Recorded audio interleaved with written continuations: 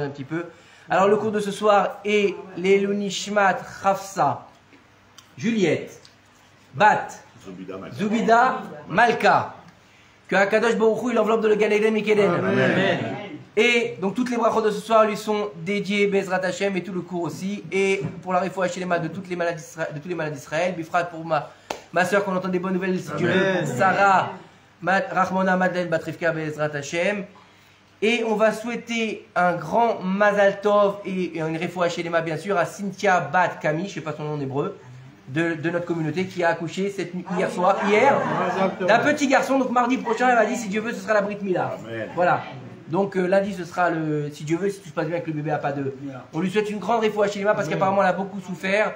Elle a eu une césarienne en dernière minute, donc que Akadosh Baruch Hu lui envoie une très très grande Refoua Shelema. Amen. Alors, ce soir, avant de rentrer dans le vif du sujet, alors, je sais pas, pour ceux qui ont vu le cours sur Facebook, si vous avez vu l'image que j'ai mis aujourd'hui, j'ai mis la photo du chat d'une aiguille. Donc on va pas faire un cours de couture ce soir, parce que c'est pas le moment, et j'ai arrêté ça depuis un moment, la couture, donc, mais c'est un rapport, quoi? Ben j'ai fait de la couture à un moment donné. Tu ne connaissais pas. Tu savais pas. Allez, quand j'étais en prépa, oui, j'ai fait de la couture. Et donc, au niveau du chat de l'aiguille, on en parlera tout à l'heure. Mais avant de parler du chat de l'aiguille, juste avant qu'on mette le live, j'ai dit à Betty qu'on allait parler de mariage ce soir. Et on va pas parler de mariage. Déjà, on va souhaiter un mariage à toutes les personnes qui vont se marier, Bezrat Hashem. Mais il faut savoir que jeudi, si Dieu veut, c'est la Eloula d'un très très grand sadique qui est en rapport avec le mariage. 10e, Baruch Hashem. Baruch Haba. Il prend tout le mérite. Baruch Haba. Il le mérite. Regarde. Je ressors et je regarde. Viens t'asseoir, on a commencé. Il a déjà sa médaille. Juste devant la caméra. Il a eu sa médaille, il a sa médaille. Il a eu sa médaille. Il a la médaille qu'on a fini la Masechet. Mazal Tov. On m'a dit que les rattachés. Il manque une chaise, c'est pas vrai. Ce soir, c'est l'anniversaire de Betty et un mariage. Il va pas se mariage. T'as pris dans la chambre et t'as pris dans la cuisine. Ah, je suis à côté de toi encore. On se quitte plus. Alors écoutez. Donc jeudi, si Dieu veut, jeudi soir, c'est la Eloula d'un grand sadique, un grand Tana Kadosh, qui est en rapport avec le mariage. Ce grand sadique, il s'appelle Rabbi Yonatan Ben Uziel. C'était un Tana de la génération, et jeudi, c'est ça, Eloula, si Dieu veut. Et vous savez que c'était l'un des... C'est bon ça. J'aime bien là, j'aime bien. Ça devient cocasse le cours du mardi, moi je vous le dis. Hein. Ah bah ouais, tu m'étonnes. Non. Je travaille pour le moment, excuse-moi. Alors on continue. C'était un des disciples les plus importants d'Hillel Hazaken. Et il a vécu 60 ans avant la destruction du temple. Et il faut savoir que c'est lui l'auteur du Targum Yonatan Ben Uziel. Mais il faut savoir que il était particulièrement érudit. C'était un Tana d'un niveau exceptionnel. Il faut savoir que Hillel Hazaken, c'était quelqu'un déjà de particulier. Pour vous resituer quand même Hillel, pour savoir qui c'était Hillel, l'ancien on l'appelle en français, c'était quelqu'un qui, pendant la première partie de sa vie, ne savait pas une lettre de Torah. Une lettre de Torah, il ne la connaissait pas. Il a décidé, du jour au lendemain, de quitter sa société qu'il avait avec son frère, qui s'appelait Shevna. Ils avaient une société de bois. Et à l'époque, vous savez, il n'y avait pas de clim, il n'y avait pas de béton. On construisait les maisons en bois, on se chauffait avec le bois, on utilisait beaucoup le bois. Et ils avaient, Baruch Hashem, quelque chose de très florissant.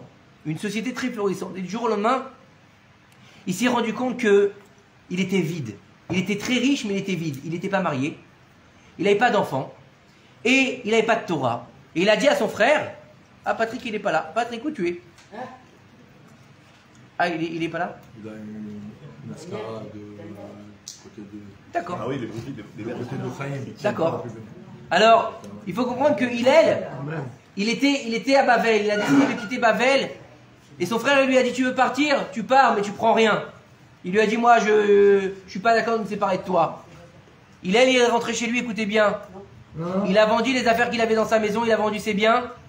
Avec le pécule qu'il avait, il est parti en Israël. Il est arrivé en Israël. C'était un homme qui était blindé, imaginez, hein, c'était un blindé. Il est arrivé en Israël, il vendait ses services à la journée pour avoir à manger. Il s'est marié, il a eu des enfants.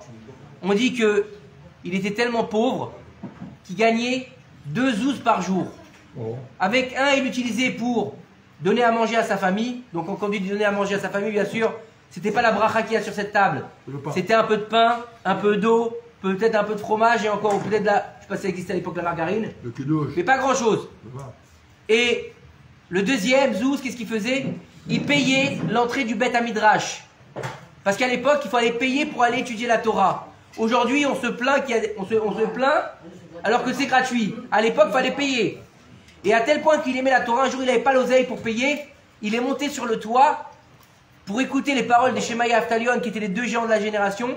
Il a été recouvert par la neige, et sur le toit, il a failli mourir de ça, tellement qu'il avait l'amour de la Torah. Par cette Messirut Nefesh qu'il a fait, Hillel Hazaken, il est devenu le géant de la génération, à tel point qu'il est l'équivalent, nous disent nos sages, de Moshe Rabbeinu.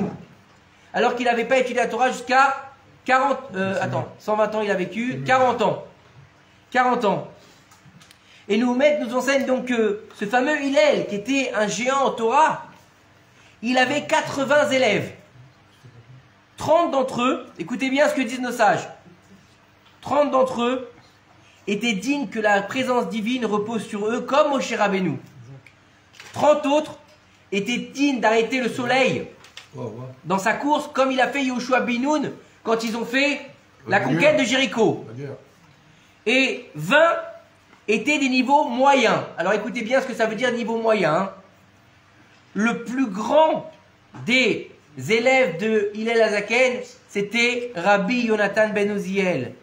Et le plus petit des élèves, c'est-à-dire le moins érudit des élèves de Hillel Hazaken, c'était Rabbi Yochanan ben Zakkai, qui disait qu'il n'avait pas un seul traité de la Torah qu'il ne se connaissait pas par cœur.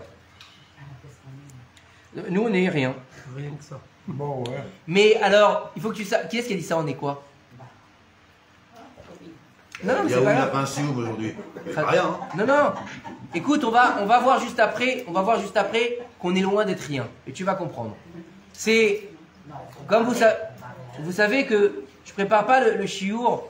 Le chiour, j'ai pas le temps de le préparer. Et donc, quand je vois quelque chose qui est intéressant, je vois si on peut le développer ensemble parce que je pense que c'est comme ça qu'on doit apprendre la Torah, l'ilmot al-menad el-lamed, d'apprendre pour pouvoir partager.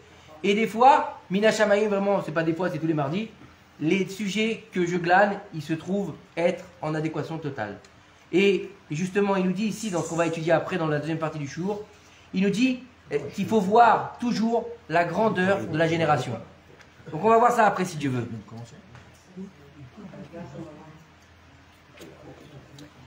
Donc, il faut savoir que Rabbi Yonatan ben Uziel, écoutez bien, on nous dit, dans la Gemara, traité Souka, on nous dit lorsqu'il étudiait la Torah, ce fameux Tana, s'il y avait un oiseau qui passait au-dessus de sa tête, il était brûlé sur place. Mais le Zohar HaKadosh, il nous dit, c'est une première lecture de dire que c'est un oiseau qui passait au-dessus de sa tête. Parce qu'il faut savoir que, par exemple, lors de la Brit Mila de celui qu'on va appeler Acher, qui s'appelle comment à la base? Rabbi Elisha ben Avouya, le jour de sa brite, les Talmidei Chachamim qui étaient venus, pendant qu'il y avait le repas, à un moment donné, ils ont commencé à parler de Torah. Et en parlant de Torah, ils ont commencé à avoir un feu qui les entourait, comme à la révélation du mont Sinaï. Donc, c'est pas vraiment un niveau exceptionnel de dire d'un grand Tana qui était le plus grand des élèves de Hillel Hazaken, qu'il avait un oiseau qui passait au-dessus de sa tête et ça faisait un michoui. Ça, c'est la première lecture. Le Zohar, il nous dit que lorsqu'un ange passait au-dessus de la tête de Rabbi Yonatan ben Uziel, lorsqu'il était en train d'étudier la Torah, l'ange même, il brûlait, alors que l'ange est dématérialisé. Donc imaginez la force de ce Tana. Et il y en a qui disent que, en fait, pourquoi est-ce qu'il brûlait? Parce qu'en fait, il était en connexion directe avec les sphères célestes. Donc il était directement relié au Kisei HaKavod. Donc c'est un niveau exceptionnel. Et je crois que ce soir, si je ne m'abuse, ou hier, c'était aussi la Iloula de Rabbi Ishmael ben Isha Kohen Gadol. Je crois que c'est ce soir. qui était lui aussi un Tana Eloki, qui était un Kohen Gadol, et qui a été sollicité par Dieu pour que Dieu lui donne une bénédiction. Imaginez quand même, Dieu lui-même, il a demandé à un homme de le bénir. Un jour, on l'a déjà raconté cette histoire, mais ça fait rien, c'est toujours bien de la rappeler. Parce qu'elle est exceptionnelle. Imaginez le niveau de cet homme, Rabbi Ishmael ben Elisha, qui était Kohen Gadol. Kohen Gadol, donc il rentrait dans le Saint des Saints le jour de Yom Kippour. Et un jour, il est rentré dans le Saint des Saints. Écoutez bien cette histoire. Il est rentré dans le Saint des Saints à Yom Kippour. Et il a vu un homme qui ressemblait à un sage. Vous savez que Dieu, il n'a pas d'image. Mais quand il veut s'adresser aux hommes, il peut prendre plusieurs apparences. Comme on l'avait avec Moshe Rabbeinu. Comment il s'est adressé la première fois à Moshe Rabbeinu? Dans un buisson. Il s'est adressé à lui dans un buisson. Il s'est adressé à lui dans un serpent. Il s'est adressé à lui dans plusieurs niveaux. Et Rabbi Yonatan ben Uziel, il rentre dans le Kodesh HaKodashim, dans le Saint des Saints, l'endroit le plus saint, où on n'avait pas le droit de rentrer, où seulement le Kohen Gadol pouvait rentrer une fois par an. Préparé, bien sûr. Et là, il voit un vieillard qui lui dit: Ishmaël, béni. Ishmaël, mon fils, bénis-moi. Il lui dit: bénis-moi. Il lui dit: quoi? Toi, je vais te bénir. Toi, moi, je vais bénir. Moi, être humain, fait de chair et de sang, je vais bénir le divin, Akadosh Baruch Hu. Il lui dit: oui, bénis-moi. Et là, il lui a demandé que, en fait, Akadosh Baruch Hu, il déploie sa miséricorde sur le monde, même quand on n'est pas capable de recevoir cette miséricorde. Il a demandé, en fait, qu'Akadosh Baruch Hu nous juge l'ifné meshurat hadin. C'est quoi l'ifné meshurat hadin? C'est que même quand on est obligé de payer par la rigueur, et bien Akadosh Baruch Hu, il est un peu plus clément. Ça s'appelle l'ifné meshurat hadin. C'est-à-dire que même si par exemple demain on a avec quelqu'un un din, on a un din Torah, il nous doit de l'argent et on sait qu'il est un peu serré, mais il nous doit de l'argent, il nous doit 10 000 shekels par exemple, mais on sait qu'il est serré. Le Beddin, il a dit: tu dois lui rendre, c'est lui qui a gagné.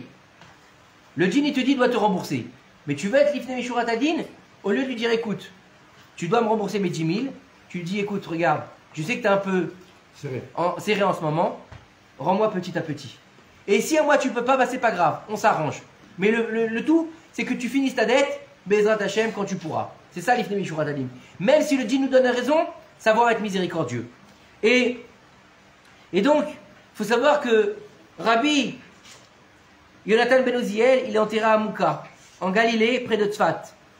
Et c'est un lieu très important. Là-bas, à côté de sa tombe, il y a un arbre. Et sur cet arbre-là, il y a des kissouilles, il y a des foulards qui sont attachés là-bas. Pourquoi? Parce que c'est des goulottes. On dit que là-bas, on dit que le jour du 26 du mois de Sivan, lorsqu'on va prier sur sa tombe, c'est un bon jour pour les célibataires, pour les gens qui ne sont pas mariés. Pourquoi? Parce qu'en fait, lui-même, on dit qu'il n'a jamais été marié. Et donc, pour faire le tikkun du fait qu'il ne s'est pas marié alors que c'est la première mitzvah de la Torah, de se marier et d'avoir des enfants, pour pouvoir réparer sa faute, parce que c'est quand même une faute de ne pas avoir d'enfants, eh ben, il va devoir bénir, entre guillemets, tous les célibataires qui vont venir le voir. Et c'est aussi une ségoula pour le mariage et aussi pour avoir des enfants. Les femmes qui sont enceintes vont mettre leur kissouille. Et les femmes qui n'ont pas encore de mari, ou les jeunes qui n'ont pas de femme, ils vont là-bas pour prier pour leur moitié. Parce que faut savoir que trouver une moitié, c'est pas le plus dur. C'est de trouver une bonne moitié surtout. Trouver une bonne moitié dans notre génération. C'est de trouver quelqu'un qui a des bonnes midotes. Parce qu'aujourd'hui, le problème qu'il y a, c'est que les bonnes midotes, c'est que si elle est bien faite, c'est les bonnes midotes. Elle est bien, elle est belle, elle est jolie, elle a une belle... C'est les midotes. Juste les mensurations, chas v'shalom.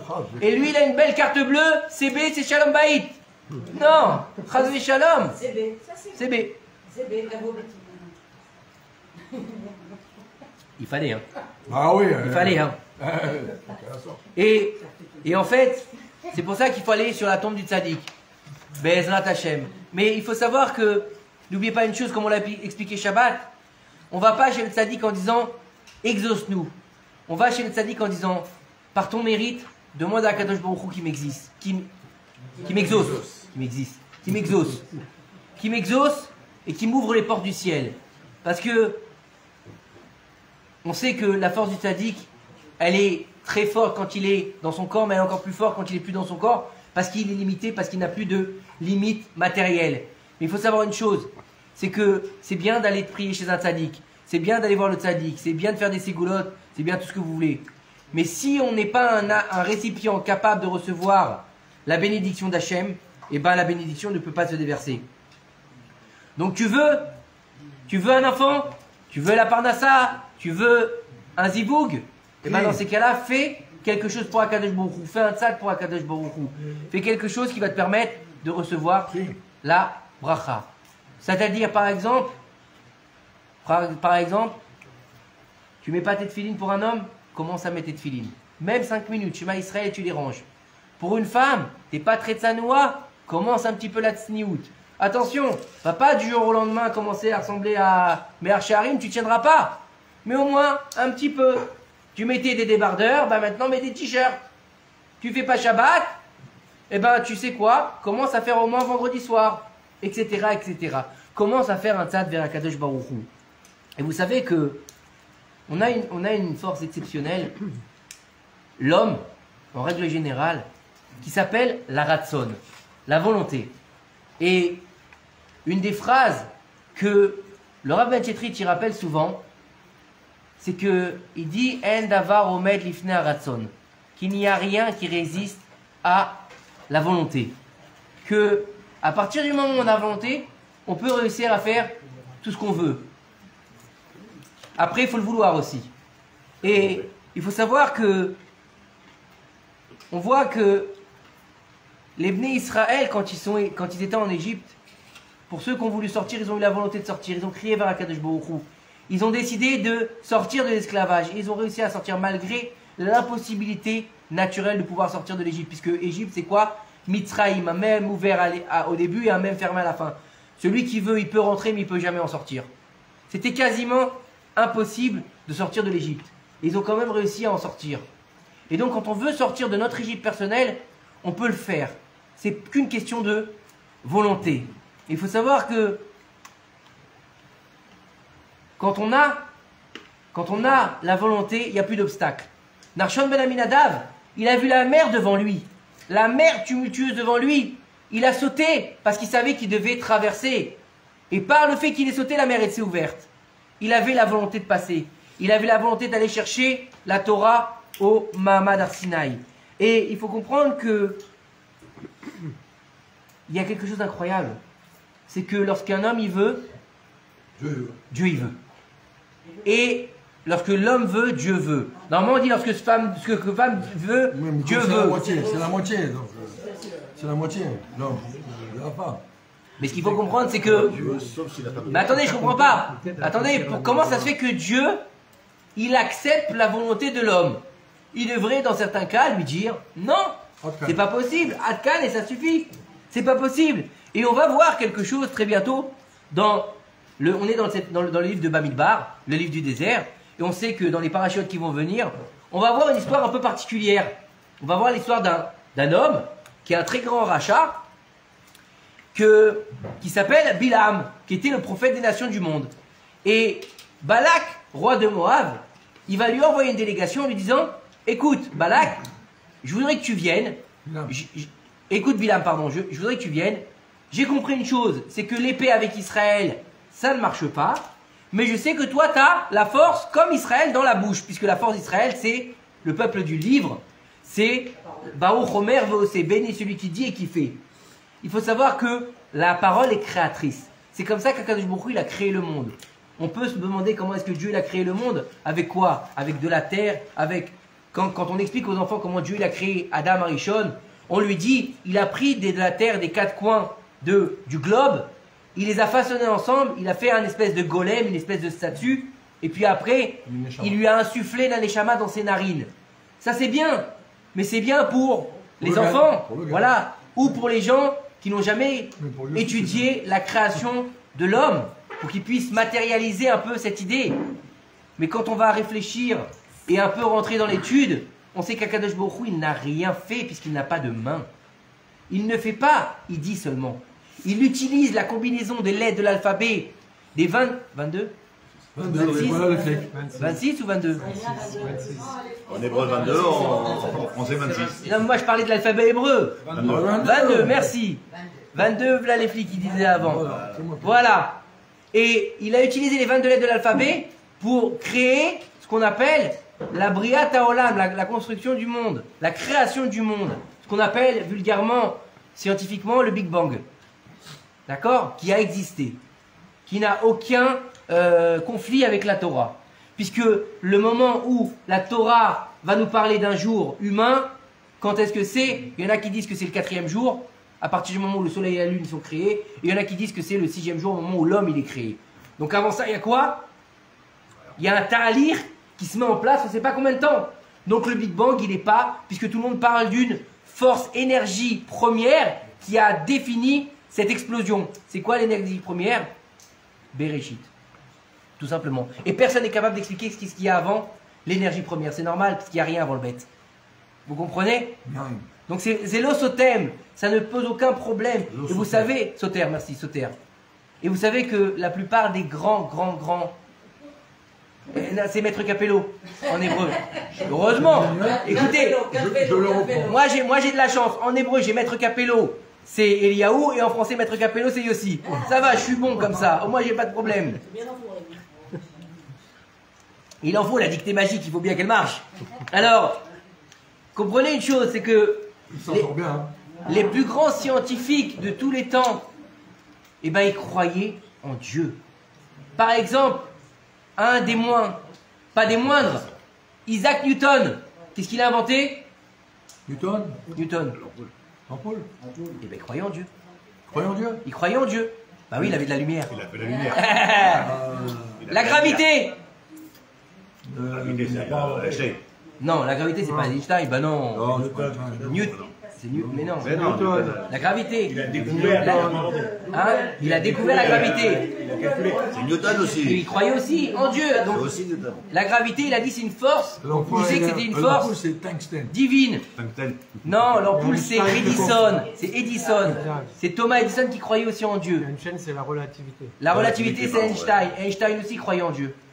Vous saviez ou pas?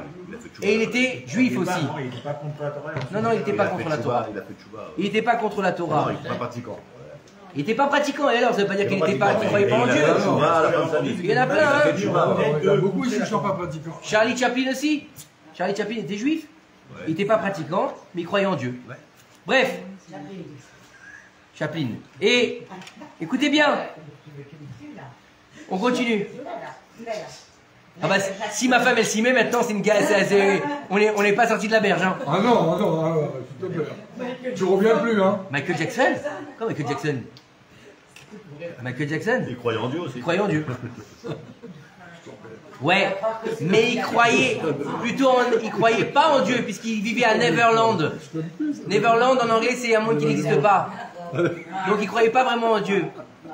On va pas rentrer dans un débat parce que là après ça risque Non, d'être non, il n'y a vulgaire. pas de débat ici. Voilà. C'est un On cours. continue ou pas? Balak, il a envoyé chez Bilaam, le prophète des nations du monde, une délégation.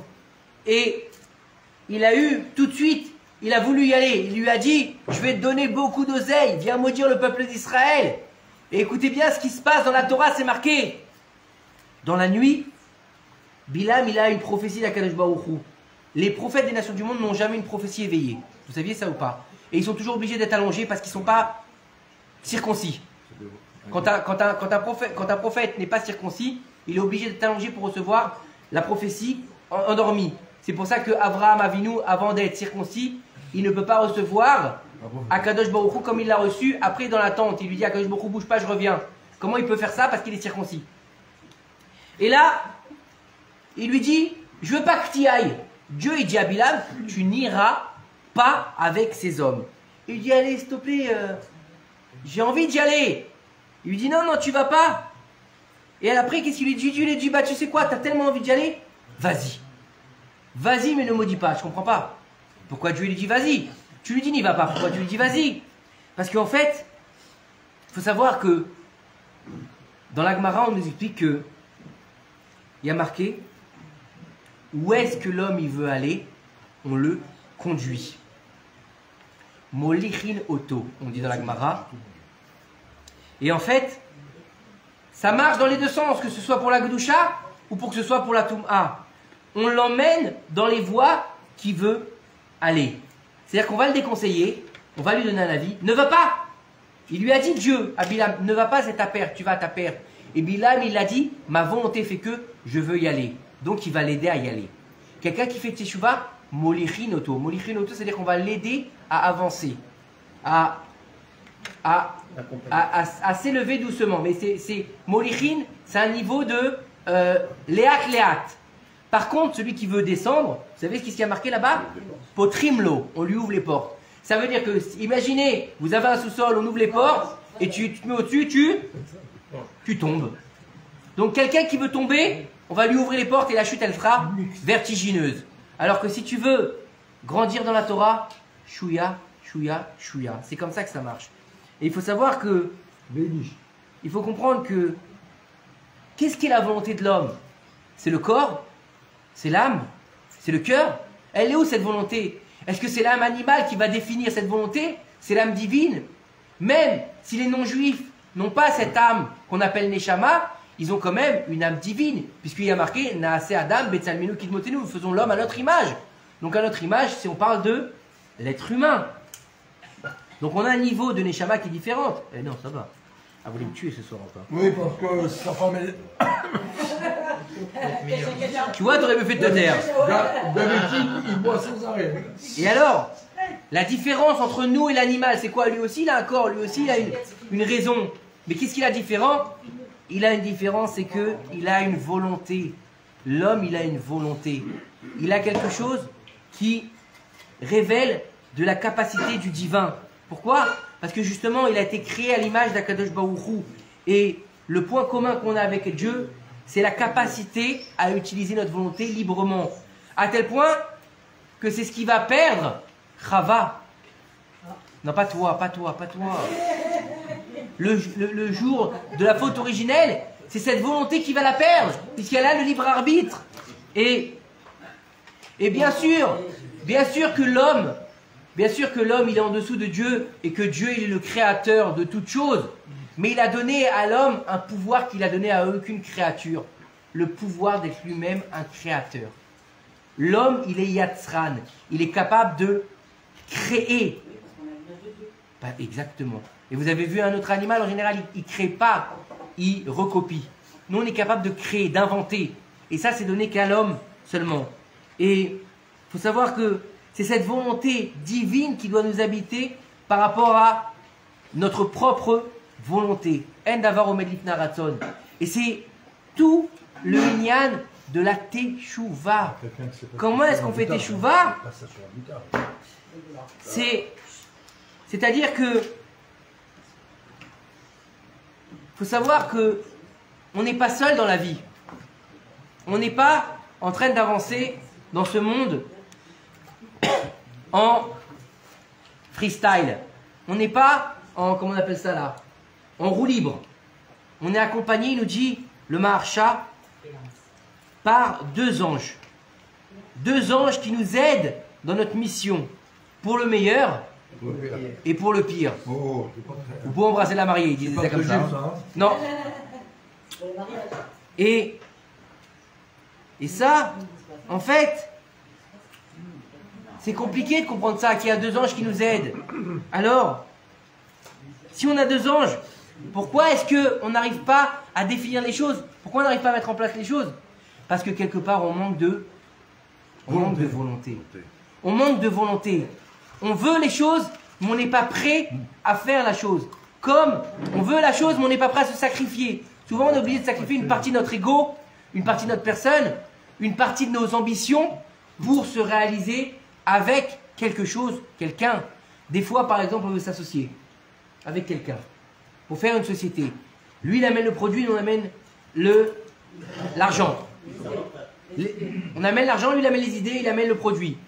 Mais on va pas être d'accord, pourquoi? Non, c'est 50-50. Non, parce que c'est moi le patron. Je veux que sur ma porte, il y a marqué DRH. Mais lui aussi, il est patron. Non, non, non. Moi, j'amène l'argent, donc j'ai plus de... Non. Eh ben, t'as loupé l'histoire. T'as perdu. Lui, il a été voir quelqu'un, ils ont réussi à faire un compromis. Et aujourd'hui, il a vendu ça à Google des millions. Tant pis, t'as loupé le coche. Pareil dans un couple. Pareil avec les enfants. Pareil avec la Torah. L'étude de la Torah. Tu peux pas étudier la Torah si tu ne te vides pas. Pourquoi? Comment tu veux te remplir si t'es que toi à l'intérieur? Moi. Et moi j'ai fait, et moi je suis, et moi je connais. Tu connais rien. Tu connais rien. puisque tu as été créé pour ça, pour étudier la Torah. Et en fait, c'est que on n'a pas cette volonté ultime d'aller jusqu'au bout des choses. À partir du moment où il va y avoir le moindre petit obstacle, soit on s'arrête, soit, malheureusement, souvent, on recule. Et souvent, c'est un des problèmes de notre génération. On manque de volonté.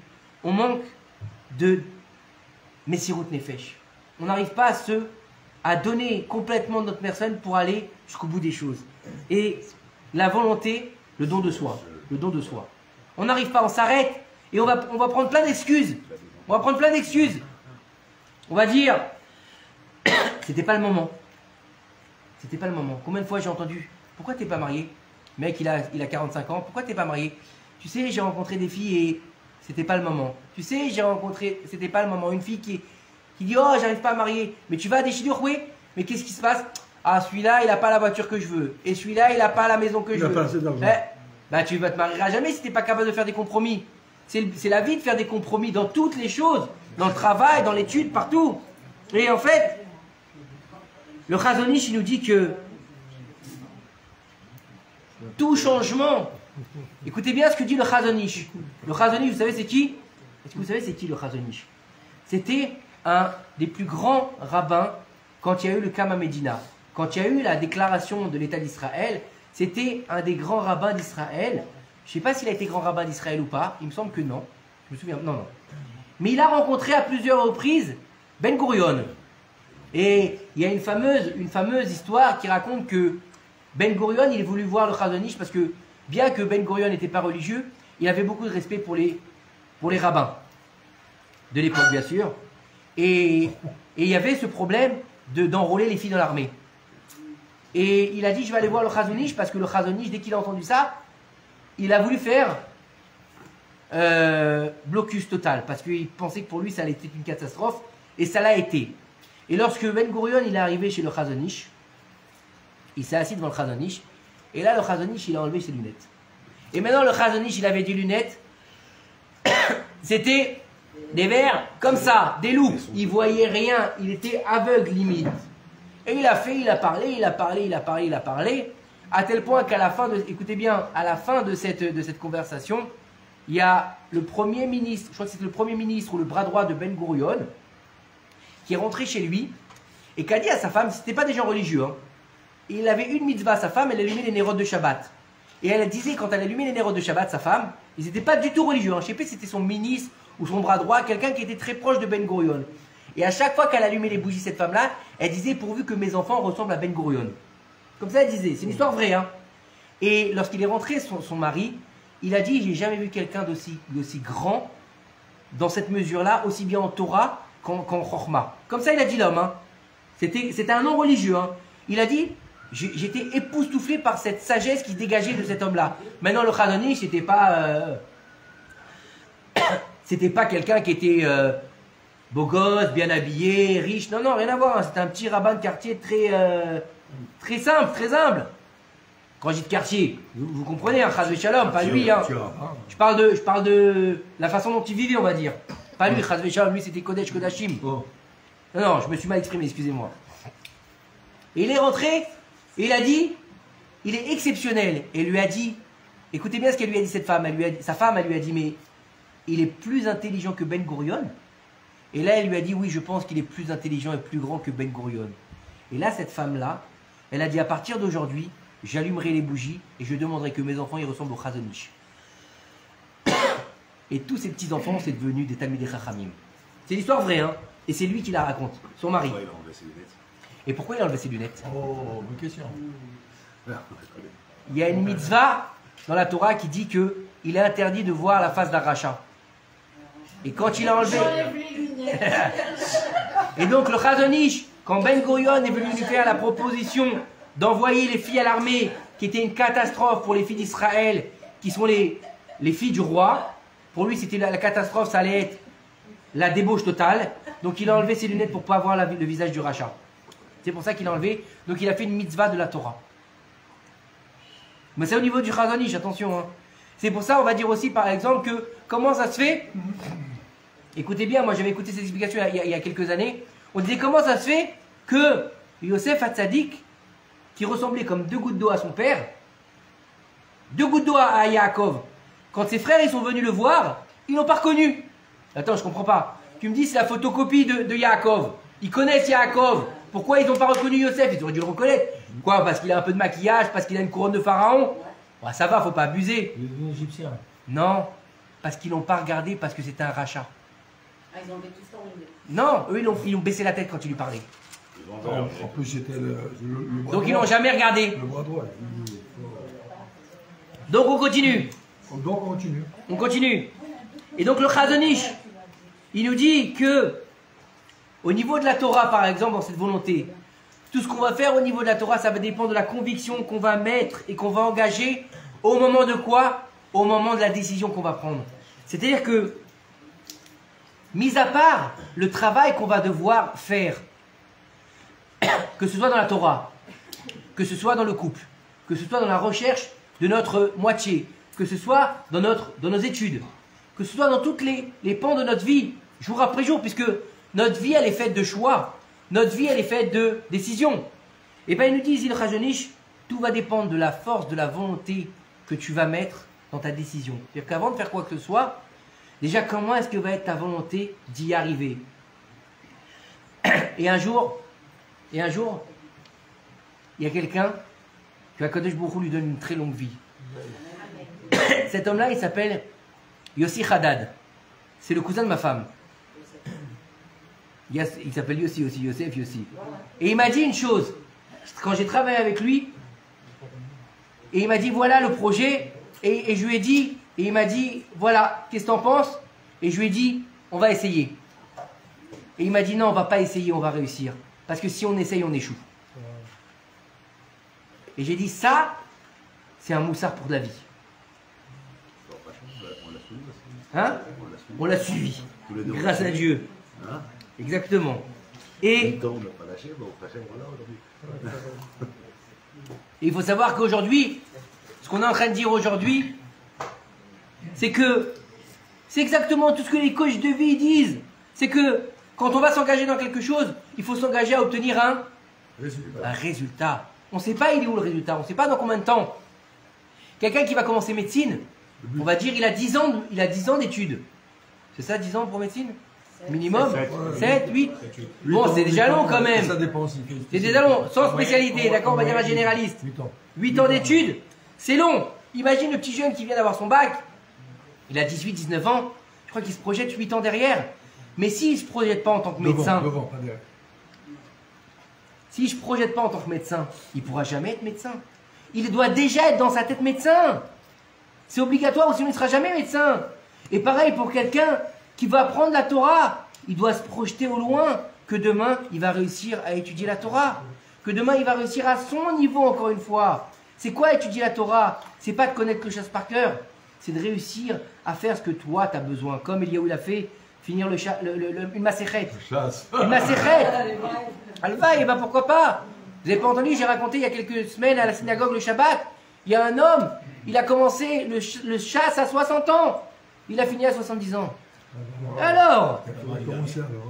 Non, je sais pas. Non, moi, vous savez, avec tout ce que je dis, des fois je me souviens plus ce que j'ai dit. Moi j'attends 70 ans pour être jusqu'à 80. Eh ben, que Dieu lui donne une longue vie, Bédra Hashem. Tu vas être à 80, c'est où le problème? Et il faut savoir que Bah, 80, 90. c'est pareil pour tout. Vous savez que, et ça marche au niveau de notre vie, de la simplicité de tous les jours, et au niveau de la Torah. Au niveau de, je vais arrêter de fumer. Je vais arrêter de fumer. Ah, c'est dur, c'est trop dur. Eh ben, la volonté. La volonté, Betty. Je vais faire un régime. Je vais faire un régime. C'est pour toi. Ah, régime et cigarette. Bon, bah écoute, t'es dans la... Voilà, tant pis pour toi. Non. Après quoi? Et c'est pareil. Et la moura. Ah là, c'est possible. Ça, Et en fait, qu'est-ce qui nous empêche de réaliser notre volonté? C'est l'Yetzer Hara. Mais il faut savoir une chose. Écoutez bien ce qu'il nous dit ici, là. Il nous dit que le plus important, c'est de vouloir vraiment tout faire pour y arriver. Que notre volonté, elle soit un maximum pour que nous, on fasse notre part. On va aller jusqu'au bout de la chose. Et Dieu, il fera le reste. Et ça, c'est le Inyan de ce qu'il nous dit ici, que dans la Gemara, il y a marqué ce qu'on a dit, oui, va l'homme, molichinoto. Mais on nous dit que, dans la Gemara, on nous dit que nos sages ils nous disent, Adam mekadesh atzmo, me'at lemata, magdishin oto, arbe milemala. Je traduis. Nos sages ils nous disent, lorsqu'un homme il veut se sanctifier ici sur terre, on va le sanctifier là-haut, donc ici, de là-haut encore plus. Ça veut dire que lorsqu'un homme il a décidé de se rapprocher de son créateur, quel que soit le niveau, il a fait un début de teshuva, lui il pense qu'il a juste fait un petit pas. Et bien de là-bas on va lui faire descendre l'abondance pour qu'il puisse y arriver. Et ici, dans Shir HaShirim, il y a marqué Pitrili, Achoti Rayati, ouvre-moi ma fiancée, mon adoré, j'arrive. Tu vas comprendre l'histoire du chat. C'est pas un chat, hein. Le cours, il est Louis Mat le chat aussi. C'est pas le même chat. Écoutez bien.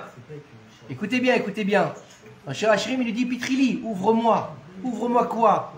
Et Akadosh Baruch Hu, ce que je vais partager avec vous aujourd'hui, là, ce soir, c'est de la chassidoute, c'est l'étude du Betsur Yaroum, du Rav Yoram Abergel, et c'est une explication, là tout ce qu'on va voir, c'est juste l'explication de cette phrase-là, que Mekdishim Oto Milemala, qu'on le sanctifie d'en haut.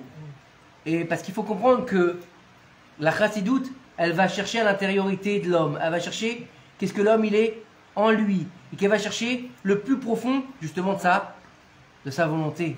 Parce que la volonté, elle est où? Elle n'est pas extérieure à nous, elle doit être intérieure à nous-mêmes. On va chercher au plus profond de ce qu'on est, qu'est-ce qu'on va pouvoir réaliser.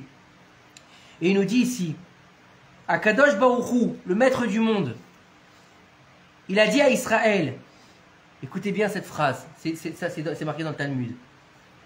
Il lui dit, mon fils, je vous le fais directement en français, c'est plus sympa, parce que sinon on va traduire, c'est un peu long. Ah non, moi je préfère l'hébreu. Tu préfères de l'hébreu? Je te prêterai le livre après.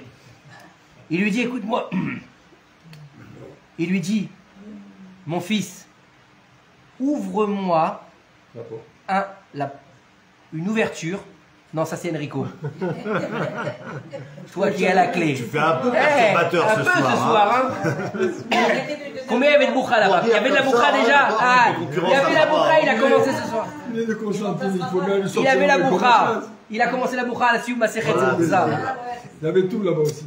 C'est pas grave. Ramat a de la concurrence ce soir. Hein. C'est pas grave. C'est très bon. Non mais c'est un petit clin d'œil constantinois. Voilà. C'est pour ça que j'ai dit ça. Voilà. Vous avez fini? Oui. Merci. C'est gentil.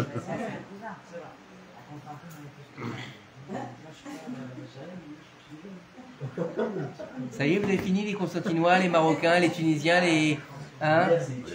On est tous des... Il n'y a pas de Marocains? Mince. On est tous des béné Israël. Allez, écoutez-moi. Écoutez-moi. Il dit ici, Akadosh Baruch Hu.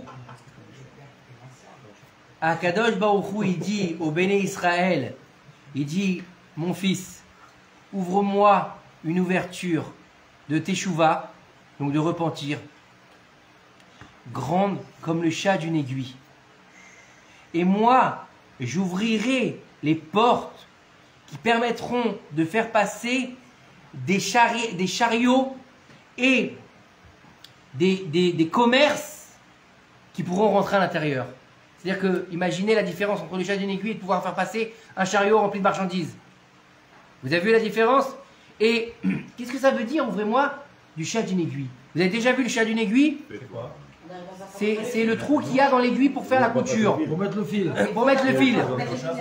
Vous savez, là, quand vous essayez de mettre le fil et que vous avez la rasera et que vous n'y arrivez pas, il faut appeler les enfants. Il faut acheter un chien dans ces cas-là. Il n'y a plus. Même avec les lunettes. Alors écoutez, c'est très important cette histoire. C'est rapporté dans le Talmud, c'est pas n'importe où. C'est la Gemara qui rapporte cette idée de chat. Non, il n'y a pas de problème. Là, J'ai pas, là juste c'est dans Shirachirim qui dit Pitrilé. Et là, je vais te retrouver, j'ai écrit un autre mamar dessus, donc j'essaierai de te retrouver où est-ce que c'est écrit exactement. D'accord? Mais je vais te rapporter quelqu'un, et là je peux donner la référence. Et ce quelqu'un, c'est pas des moindres, il s'appelle Rav Dessler. Rav Elio Dessler, maître du Moussard du 21e siècle, qui était un géant. Et il nous dit le Rav Dessler, donc dans Mirtav Mi Eliyahu, d'accord? Dans la page 92 en hébreu, voilà, tu l'as. Hein? 20e siècle? 20e, ouais, mais bon. Ah, il est sur les chiffres, ça m'énerve ça. Rav Dessler. Non, il est mort le Rav Dessler. Ah oui, il est mort avant de venir. Hein? Je vous parle de Rav Eliyahu Dessler. Celui qui a écrit Mirtav Mi Eliyahu, les lettres à Eliyahu. Vous connaissez pas? Vous connaissez pas? Merci, C'est merci. le maître Ah. du Moussard. Le maître du Moussard. L'élève de. Comment il s'appelait? Rav. Les lettres du Rav Dessler. Les lettres du Rav Dessler. Ouais, 5 livres. 5 livres. 6 en français. 6 en français. Il y en a 6 en français. On continue? Shirim Rabbah. Ouais, j'ai trouvé Il nous dit ici, quoi? Shirachim Rabbah, c'est quoi? C'est l'explication du chat. Du chat. Donc l'explication du chat, Shirachirim Rabbah. Le chat miaou. D'accord? Porte de la Teshoua. Alors on continue. Ça va jusque-là, tout va bien? D'accord. Il nous dit ici le Rav Dessler. Pourquoi est-ce qu'il y a marqué le chat d'une aiguille? Quel rapport avec le trou d'une aiguille? Franchement, dis-moi n'importe quoi, dis-moi quelque chose de moins compliqué, de moins petit peut-être. Il n'y a pas? Du trou, tu aurais pu dire, on a l'habitude des fruits d'Israël, tu pourrais dire gros comme une olive. Tu aurais pu dire gros comme une rimone. Pourquoi le chat d'une aiguille? Et là, le Rav Dessler, il va nous expliquer.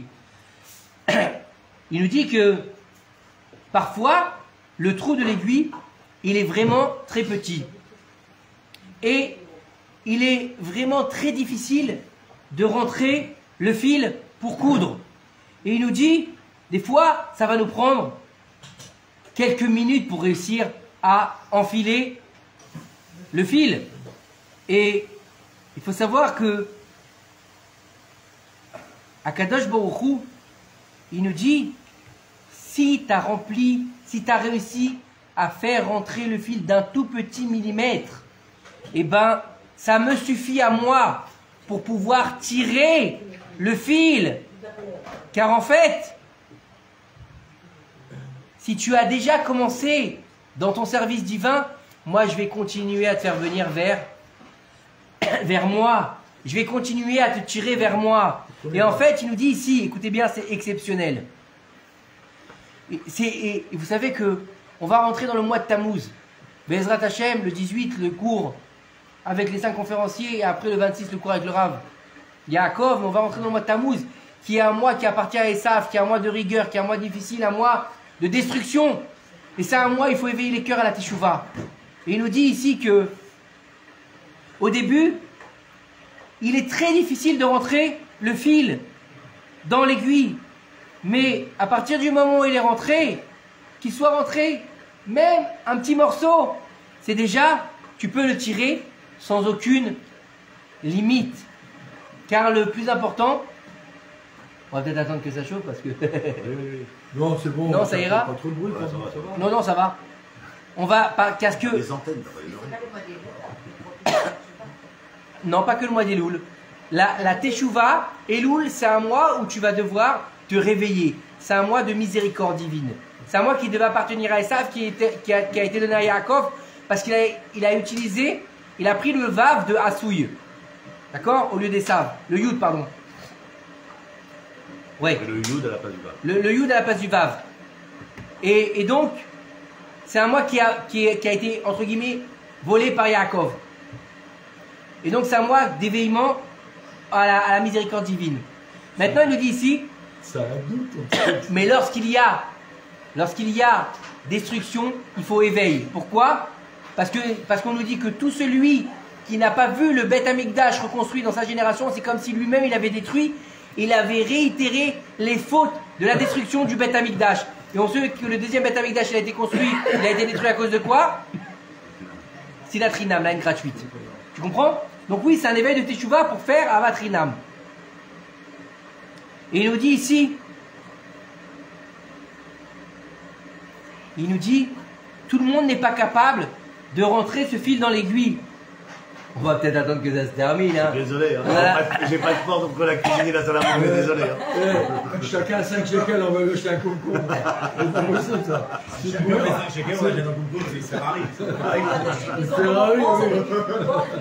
Ben voilà, on va mettre une porte. Donnez-moi 5 shekels chacun. Là, je vais être obligé de Allez, crier, moi, quoi. une porte. Non, mais écoutez ce qu'ils nous Désolé. disent. Écoutez ce que nous disent nos sages. Ils nous disent, tout le monde n'est pas capable de rentrer le fil dans l'aiguille. Pourquoi? Parce que des fois, ouais, non, pas du tout. Des fois, on a beaucoup de... Le trou dans le. Eh, vous êtes drôle ce soir. C'est toi qui as dit ça. Attendez, je vous rappelle une chose, c'est que je suis en train de traduire en même temps, donc c'est pas évident. Oui, d'accord. Il nous dit ici des fois, et en plus il y a du bruit. Ah ouais, mais En c'est plus, la je suis violence. court-circuité par le bruit. J'entends Rava parler, j'entends le Koum parler. Il lui faut du moteur. On va t'aider, on va t'aider. Non, ça suffit. Vous mettez plus rien. Non. Ça y est, donnez-moi du coca, ce sera très bien. Il nous dit ici, lorsque tu vas devoir rentrer le fil dans l'aiguille, eh ben, tu vas peut-être pas pouvoir, si par exemple tu as les nerfs, tu peux pas faire, tu vas pas réussir. Si tu vas t'arrêter, si tu ne veux pas avoir de volonté de le faire, tu vas pas pouvoir le faire aussi parce que, première tentative, qu'est-ce que tu vas faire? Tu vas te renoncer. Tu vas renoncer tout de suite. Et donc en fait, il va falloir prendre le temps et être patient. Et c'est ça tout le secret de la teshuva, être patient. On ne fait pas teshuva du jour au lendemain. On n'est pas du jour au lendemain quelqu'un qui ne fait rien, quelqu'un qui n'a jamais été en contact avec la Torah, qui du jour au lendemain devient Me'ar She'arim. Ça c'est n'importe quoi. Il faut savoir que le Baal HaTanya, il nous dit, écoutez bien ce que nous dit le Baal HaTanya, le premier Admour de Chabad, celui qui a dévoilé le Tanya au monde, il nous dit que chaque fois, écoutez bien, que tu vas éviter, écoutez bien ce qu'il parle, il parle de notre génération, chaque fois que tu vas éviter à ta bouche de dire des paroles qui sont des bêtises, chaque fois que tu vas moins parler de la Shonara, chaque fois que tu vas moins dire de mensonges, chaque fois que tu vas manger avec sainteté, tu vas réaliser ce qu'on a dit au début, Ve'it Kadishtem, et tu te sanctifieras. Écoutez bien la suite. Chaque seconde où tu te sanctifies, si tu te sanctifies 60 secondes, 60 secondes dans une minute, donc c'est la minute, on est bien d'accord? Oui, 60 secondes. Tu auras, écoutez bien ce que dit le Admour Hazaken, 60 minutes de bonheur. tu auras 60 mitzvot. Chaque seconde, c'est une mitzvah. Tu pourras en fait faire des mitzvot sans limite. Imaginez, ça fait, tu auras 3000, attends, Shlosh Talafim Sheshmeot, 3600 mitzvot en une heure. Vous imaginez ce que c'est? Car, écoutez bien, car dans notre génération, chaque seconde où tu ne... Écoutez bien et ouvrez grand vos oreilles. Dans notre génération, chaque seconde où tu ne fautes pas, c'est un miracle. C'est un miracle. C'est un chidouche ou pas? Vous comprenez pourquoi c'était important pour moi de partager ça avec vous? Parce qu'on a l'impression, oui, non, j'ai pas fait ça, non, j'ai pas fait ça. Alors qu'est-ce que ça veut dire? Dieu ne veut pas de ma teshuva. Combien de fois j'ai entendu, mais tu crois que Dieu il veut vraiment de ma tefila? Moi, je lis tout doucement et je fais des erreurs dans ma tefila. Il y a les grands tzadikim qui font la tefila des Bekavana avec les tefilines Rashi, Rabbeinu Tam. Et là, il est content de leur prière. La mienne, elle n'a pas d'incidence sur le ciel. Mais la tienne, elle est encore plus grande que la sienne. Parce que lui, il est dedans quand tu reviens de loin. La sienne, j'ai dit. La tienne? La sienne et la sienne. Voilà, Et l'assiette. j'ai tout compris. Arrête de boire. C'est du coca, c'est du coca. Parce que dans le monde d'en haut, le temps il s'écoule plus lentement. Dans les mondes d'en haut, le temps il est différent. À tel point que nos sages, écoutez bien ce que nous disent nos sages. Si tout le monde se lève, on ne va pas y arriver. Hein. Écoutez bien ce que nous disent nos sages.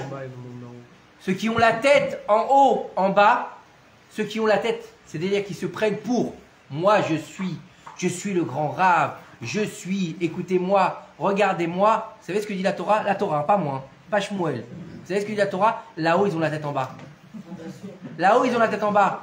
Ils ont la tête baissée parce que là-bas, les vrais, là-bas c'est l'Olam Haemet, et les vrais, c'est ceux qui ont la tête en bas, vers le bas en bas.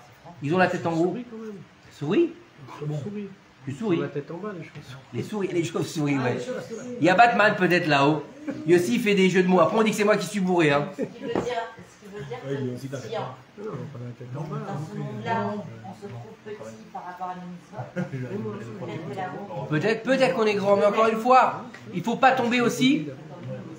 C'est une bonne question que tu poses, Rava, mais il ne faut pas tomber aussi dans la fausse modestie.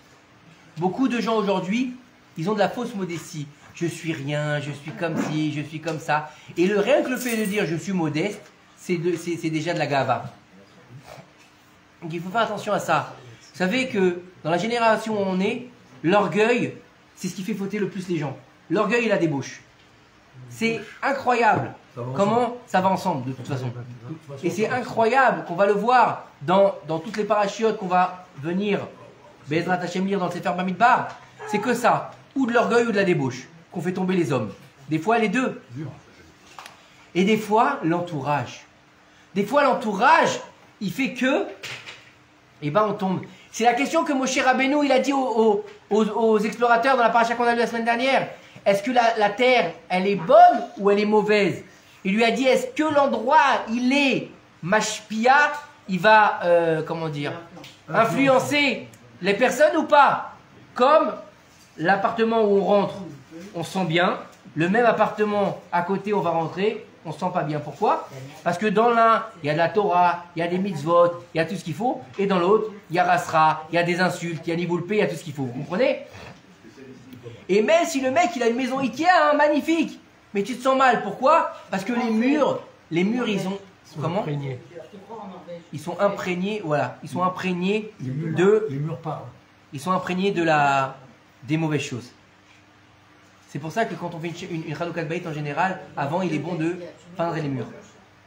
Il est bon de peindre les murs. Pourquoi?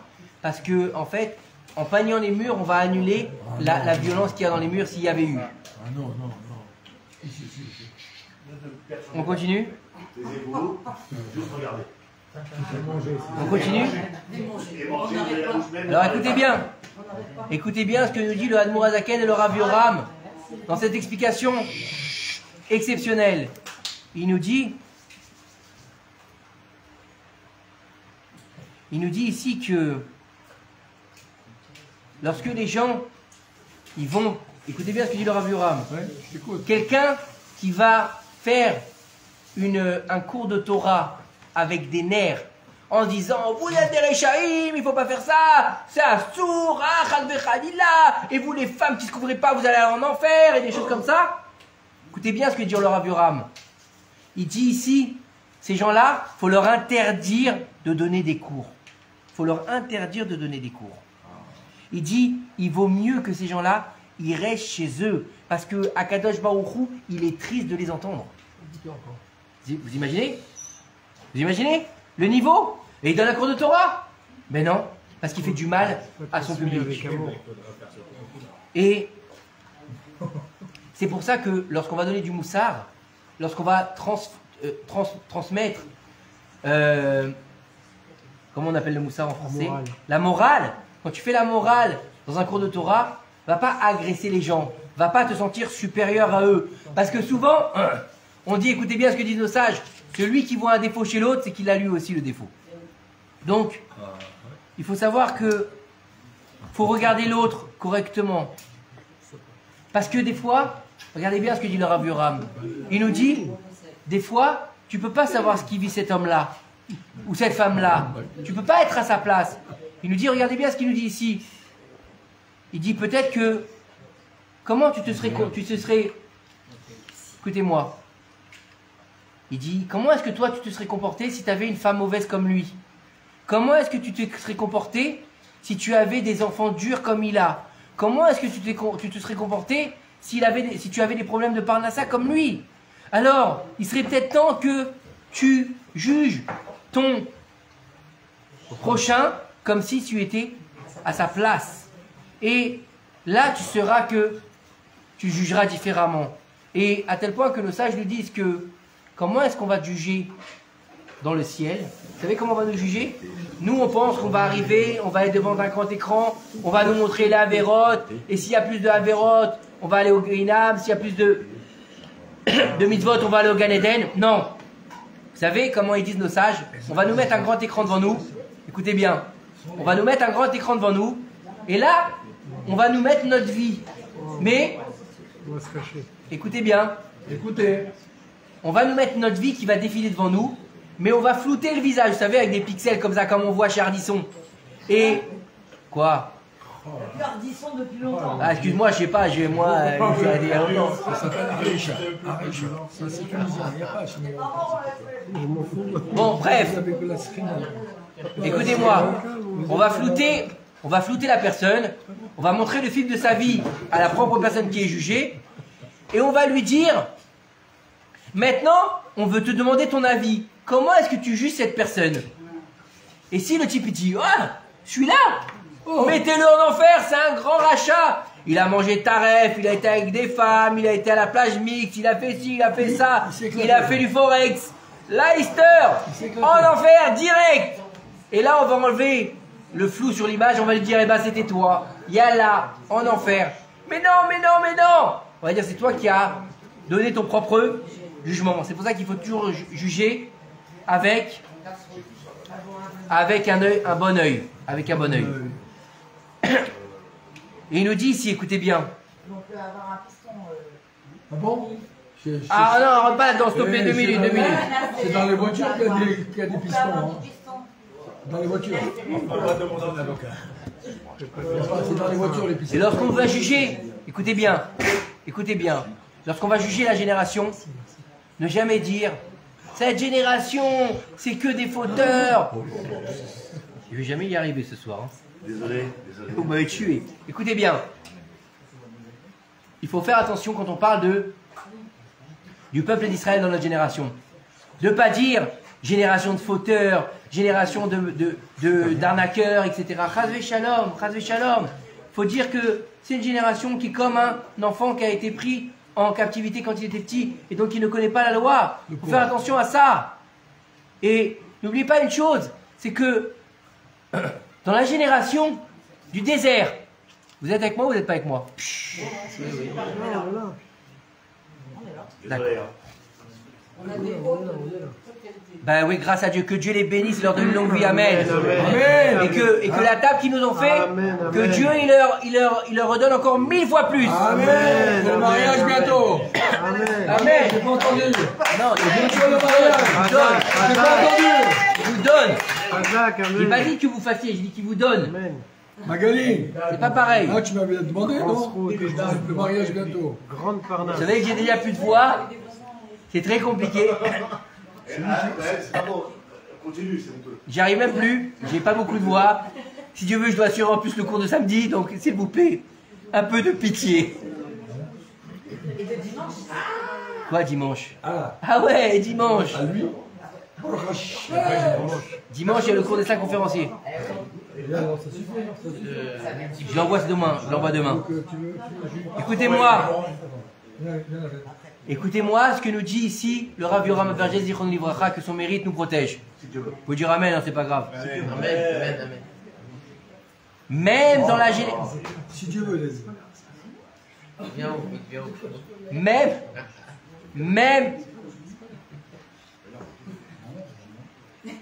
même dans la génération du désert, qui était ce qu'on appelle la Dordéa, la génération du savoir, Ils ont fauté quand même. qui sont sortis d'Égypte. Ils ont fauté après leur sortie d'Égypte. Et on peut leur donner un kafsrout. Comment? Comment? Parce qu'ils n'avaient pas de sechel, ils n'avaient pas d'esprit. Dordea, la génération du savoir. Dea. Le savoir. Le savoir. Non, le savoir. Le savoir. Ah, Léa, c'est pas un ami? Non. Le savoir. Mais après, écoutez bien, parce qu'ils n'avaient pas l'esprit. Quand ils sont sortis d'Égypte, ils sortaient en tant que esclaves. Ils n'avaient pas le savoir. Mais après 40 ans, qui sont... C'est dur ce soir, hein. C'est dur. Hein. On va faire des cours que d'hommes, hein, je crois. Ah, je suis bien d'accord. Non, parce que quand il y a les femmes... Non, non, Brigitte. Non, j'ai pas dit ça. C'est nous qui les expliquons. Non. Quand... Ah, ça,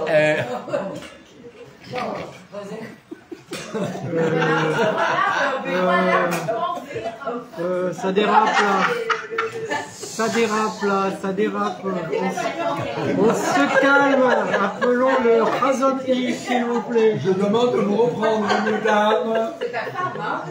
Commence pas à montrer du doigt, toi. Ne montre pas du doigt. Non, bon, on va passer à autre chose parce que là ça part. On est en direct, hein. Ça part en vrille totale ce soir. C'est pas grave. C'est un montage. Écoutez bien. T'inquiète pas. Je peux pas, c'est en direct. Il va démonter le montage. Change de sujet. Il va nous dire. Écoutez bien. Donc, lorsqu'ils sont sortis d'Égypte. Mais tu leur pas que c'est pas vrai. J'ai pas dit que c'était toi. Betty.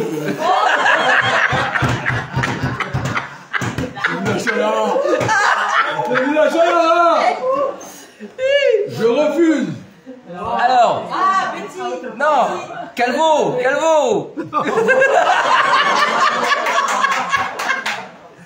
Bon voilà, on continue ou pas? Non. Ils font quoi? Ils font du pain d'épices ou quoi là?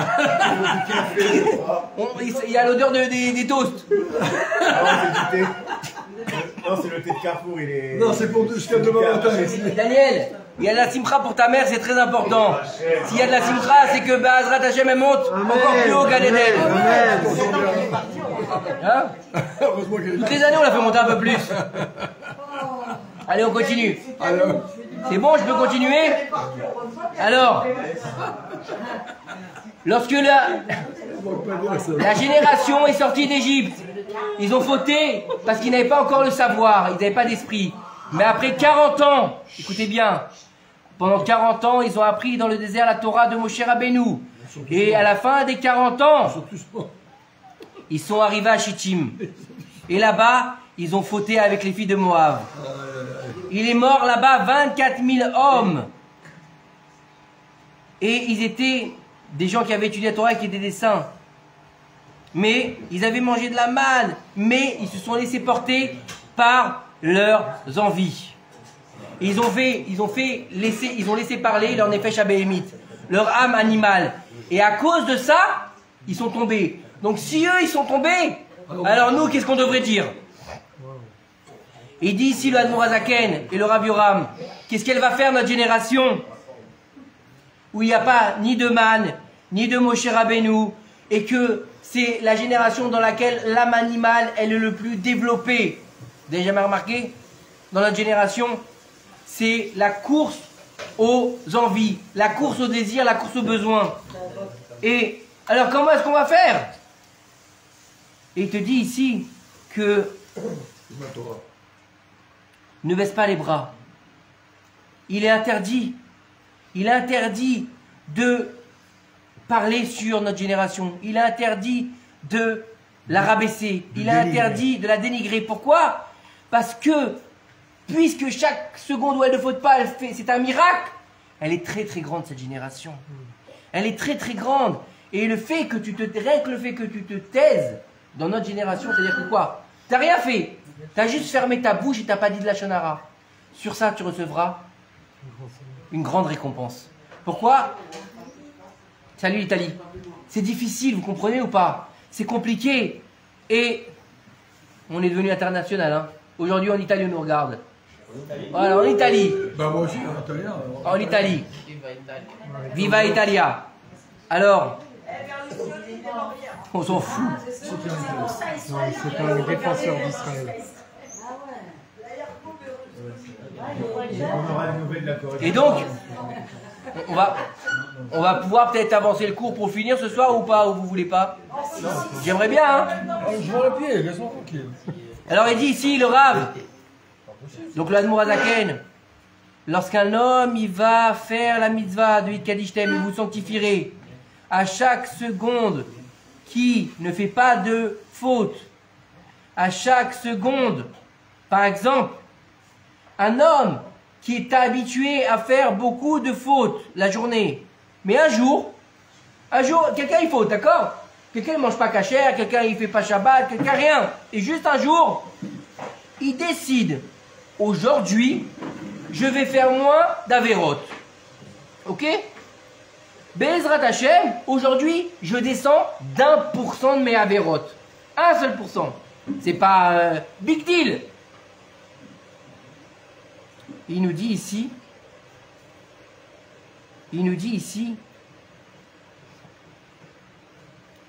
que c'est un grand niveau.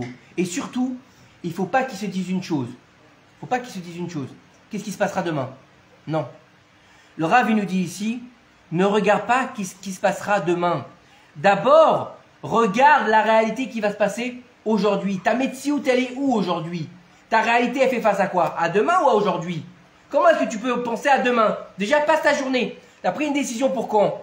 Pour aujourd'hui? Fais marcher ta volonté pour aujourd'hui et pas pour demain. Demain est un autre jour. Il dit, le lendemain, c'est pas pour toi aujourd'hui. C'est pas pour toi. Aujourd'hui, il faut que tu te concentres sur ta propre décision. Tu te concentres sur ce que tu vas faire. Et il te dit ici, même si c'est pour un jour, c'est très bien. Pourquoi? Parce que chaque chose que tu vas faire dans ta teshuva, il ne faut pas que tu les fasses rapidement. Pourquoi? Le Rav nous dit ce qu'on fait rapidement, on le perd. On le perd. Mais tout ce qu'on fait doucement, il va s'inscrire en nous. Il va nous permettre d'avancer. Il va nous permettre de grandir. Il va nous permettre de devenir un tzaddik. Et même si de temps en temps, le Yetzer Hara, il va venir, il va nous faire tomber, c'est pas très grave. Pourquoi? Parce qu'on est déjà dans un chemin où on est en train d'avancer vers Akadosh Baruch Hu, et il est déjà en train de tirer le fil de l'aiguille. Ça veut dire quoi? Ça veut dire que, vous savez ce que c'est un tzaddik? Vous savez ce que c'est la définition d'un vrai tzaddik? Merci Yaakov. Vous savez ce que c'est un vrai tzaddik? Le sage, ils nous disent, pour nous, un tzaddik, c'est quoi?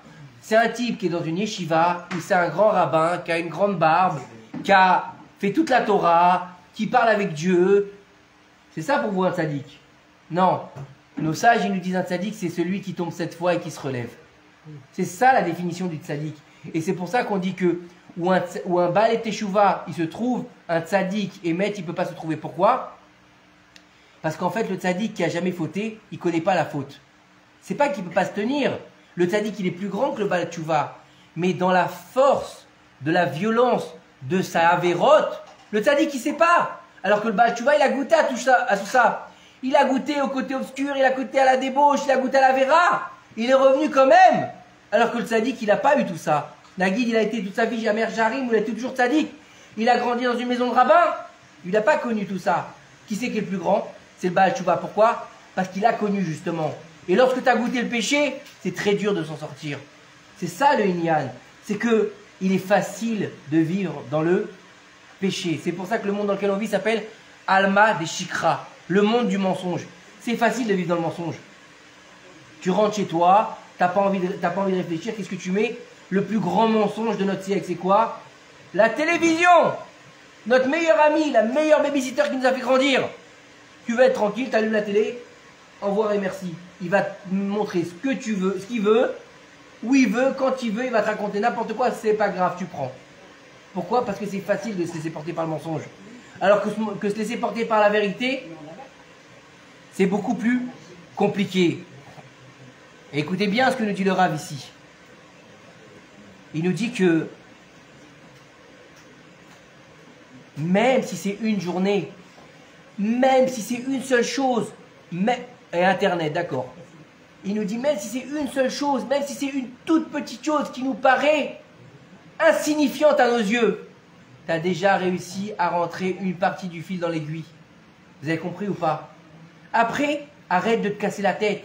Dieu, il va tirer le fil vers lui. Parce qu'il faut savoir que c'est quoi une teshuva? Une teshuva, ça s'appelle un retour, une réponse. Mais nous, on pense que c'est nous qui retournons vers Dieu. Hein, quand on dit qu'on fait teshuva, qu'est-ce qu'on dit? Je reviens vers Dieu. Une réparation si tu veux. Mais on dit qu'on revient vers Dieu. Excusez-moi, je vais vous poser une question. Et répondez-moi en toute franchise. Vous savez où il est Dieu? Comment vous revenez vers lui? Comment vous revenez vers lui? Comment tu te rapproches de lui? Comment tu te rapproches de lui si tu ne sais pas où il est? Si tu dis que toi tu te rapproches, écoutez bien, si tu dis que toi tu te rapproches de Dieu et que tu reviens vers Dieu, vous savez qu'est-ce que vous faites de Dieu? De la Avodah Zara. C'est pas Dieu, c'est pas toi qui te rapproches de Dieu, c'est Dieu qui se rapproche de toi. C'est ça la teshuva. Pourquoi? Parce que Adam, Gematria, Ma. C'est quoi Ma? C'est quoi? C'est une question. C'est-à-dire que nous-mêmes on a une question. Et quand on a une question, qu'est-ce qu'on veut? On veut des réponses. C'est ça une teshuva. C'est de chercher des réponses. Mais les réponses, elles sont illimitées, puisque Dieu, il est illimité. Donc c'est Dieu qui va t'habiter, en fait. Vous comprenez? C'est ça la teshuva. Donc la teshuva, c'est pas une histoire de... La teshuva, c'est pas une histoire de tout faire en un jour, ou de devenir le grand rabbin, ou de devenir Rosh Yeshiva, ou bien un érudit en Torah. C'est pas ça la teshuva. Écoutez bien ce que c'est la teshuva. C'est d'arriver à comprendre où il est le chemin de la vérité. C'est-à-dire que lorsque tu vas mettre ton fil dans l'aiguille, tu vas commencer à aller sur un chemin où tu vas pouvoir tirer ce fil. Jusqu'à la fin de la bobine, oui ou non? Dire jusqu'à la fin de notre vie, on va pouvoir tirer ce fil qui s'appelle le fil de la teshuva. Et c'est pour ça qu'il nous dit juste une petite ouverture. Il n'a pas besoin de grand chose à Kadosh Baruch Hu. Il ne cherche pas les grandes choses. Dieu, vous croyez quoi? Qui cherche qu'on ait un grand cours, une grande Torah, une grande synagogue, des choses avec beaucoup de bling bling. C'est pas Nicolas Sarkozy à Kadosh Baruch Hu. Il n'aime pas le bling bling, au contraire. À Kadosh Baruch Hu, il aime la simplicité. Quoi, il aime le bling bling? Un petit peu plus grand, d'accord. S'il te plaît, ça sera un peu bien. C'est très bien. Mais ce qu'il faut comprendre que la teshuva, c'est pas miyadi, c'est pas hop, on claque des doigts, on a fait teshuva. Ça c'est n'importe quoi, ça s'appelle le déguisement, ou bien ça s'appelle le délire. C'est pas ça la teshuva. Parce que pourquoi si on fait teshuva d'un coup, on tombe, et là-bas, il nous dit le Rav, il nous dit parce que l'homme il a besoin de s'habituer aux choses. Parce que c'est comme quand Akadosh Baruch Hu il fait sortir le soleil le matin. Comment est-ce qu'il fait sortir le soleil le matin? Il va le faire sortir doucement, doucement. Pourquoi est-ce que le soleil ne sort pas d'un coup? Parce qu'il nous dit que si Akadosh Baruch Hu il avait fait que le soleil sortait d'un coup, on se deviendrait aveugle. Donc on a besoin d'avoir un niveau où on ne verrait plus rien. Et en fait, c'est exactement la même chose avec la teshuva. Il faut que doucement, doucement, on puisse rentrer vers Akadosh Baruch Hu pour qu'il puisse, lui, entrer en nous. Et faire disparaître cette obscurité qui est dans notre cœur, et laisser apparaître le soleil de la teshuva, c'est doucement, doucement. Et ça va marcher que si on va être accompagné. Comme le soleil, il est accompagné par les anges, par les chants des anges. Le soleil, il est accompagné, il se termine, Birkat Alevana. Pourquoi on bénit la lune? Parce qu'elle aussi, elle a sa bénédiction qui va l'accompagner vers le soleil, puisqu'elle vit que par les rayonnements du soleil, la lune. Vous savez ou pas ça? Depuis qu'elle a commencé à grogner. Si elle n'avait pas grogné, elle serait aussi grande que le soleil, la lune. Non. Elle a commencé à dire à Kadosh Baruch Hu, c'est pas normal, c'est moi, c'est pas lui. Pourquoi deux couronnes pour une même tête? C'est pas possible. Il ne peut pas y avoir deux rois sur une même planète. D'accord? Et Dieu, il a dit, tu as très bien parlé, tu vas te rapetissir. C'est devenu un astre mort qui ne peut être lumineux que par l'éclat du soleil. Et donc de comprendre que léat, doucement, doucement, comme la nuit aussi elle descend doucement, doucement, c'est pareil pour s'habituer à l'obscurité. Et c'est exactement la même chose pour la teshuva. Des fois, quand on commence à faire teshuva, on est dans une grande lumière. On est très habité par l'envie de faire plein de choses. Et de prendre et prendre et prendre.